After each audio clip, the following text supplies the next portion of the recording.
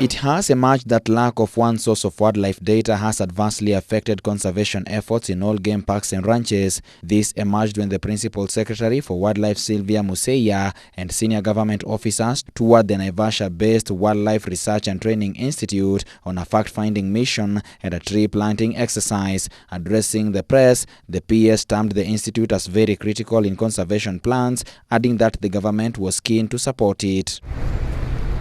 She, however, noted that despite the critical role the institute played, it has been ignored and was in a sorry state due to years of neglect and underfunding.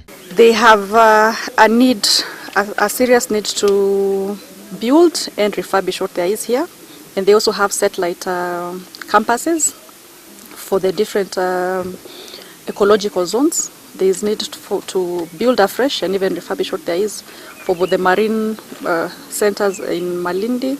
I think they have another one at Savo, they have one at Kisumu. So it is a young institute. It was commissioned officially last year in July 2021.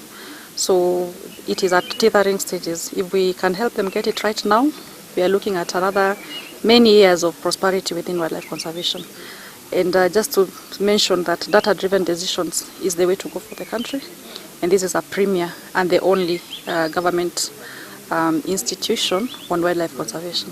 Museya termed data as very critical in conservation efforts, adding that this would help the government in planning and addressing challenges facing wild animals. She further added that the government had put in place various mitigation measures, including water tracking and supply of hay to thousands of wildlife affected by the drought. At least I'm proud that they did a proper census and they mapped out the effects of drought on wildlife. Released a report in November, end of November. That report was launched in a major way. The president is aware of the situation. There has been some interventions done. There's been some water tracking, provision of hay. They have done a bit of water pans, digging dams. Much more needs to be done. And a lot of that also needs to be done so that we are prepared for the next major drought season. You realize that climate change is a major issue concerning both human beings and wildlife. A lot of effort is put in human beings, rightly so, because of course human life is very sacred. But we forget that wildlife is a major, as human beings we also have the responsibility to take care of wildlife, one. And number two, that tourism is the second GDP earner in this country. On his part, the director of the institute, Dr. Patrick Omondi, said that the process of coming up with a national wildlife database was on course. He said the institute would provide wildlife data annually, adding that in the past, stakeholders and donors had to rely on uncoordinated data.